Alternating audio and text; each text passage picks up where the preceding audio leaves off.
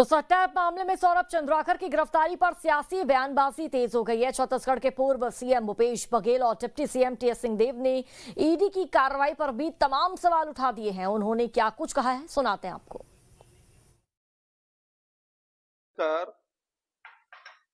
उसको ईओडब्ल्यू दिया, एसीबी को दिया और उसके बाद फिर सरकार ने उसको सीबीआई को सौंप दिया और तब से कार्रवाई होना बंद हो गया। नहीं तो पुलिस, राज्य पुलिस है, वो दूसरे प्रदेशों में भी जाके कुछ कुछ कार्रवाई तो कर रहे थे, आईबास कर रहे थे सरकार, लेकिन उसमें कोई ठोस कार्रवाई हो नहीं रही थी।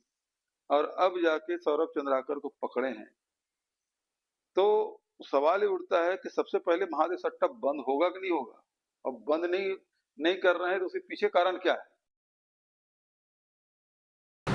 व्यक्तिगत मेरी रुचि ईडी की कार्रवाई में बहुत कम हो गई, क्योंकि पहले ऐसा लगता था कि ईडी कार्रवाई कर रही है तो सज़ा भी मिलेगी। अब तो न्यूज़ में आने के अलावा मुझे लगता है कि बहुत कुछ नहीं रह गया और लोगों की गिरफ्तारियां होती हैं, दिनों दिन तक वो हिरासत में रहते हैं। नए तथ्य या कोई ऐसे तथ्य आ नहीं पाते कि उनको सज़ा दी जाए, उनको सज़ा मिल गई हो, ये नहीं सुनते। तो मुझे रुचि बहुत कम हो गई है। ये सौरभ चंद्राकर का नाम सुन रहे हैं कि आया है कि उनको यूएई से, दुबई से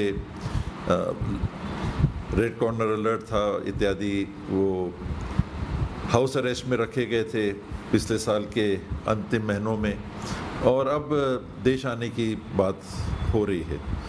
लेकिन होता वही है, गिरफ्तार करिए फिर जेल में है, महीने, साल से ज़्यादा, सालों साल व्यक्ति लोग जेल में हैं और बात आगे नहीं बढ़ती। तो जब तक ईडी देश के नागरिकों का विश्वास इस बाबत हासिल नहीं करती कि जिनको गिरफ्तार कर रहे हैं और अगर इतने दिनों तक बंदी बना के रखते हैं तो उनके खिलाफ कार्रवाई करने की अगर स्थिति में नहीं है तो उनकी विश्वसनीयता दिन पे दिन गिरती चली जाएगी। और रायपुर से बड़ी खबर, बड़ी जानकारी। वन विभाग के दैनिक वेतन भोगी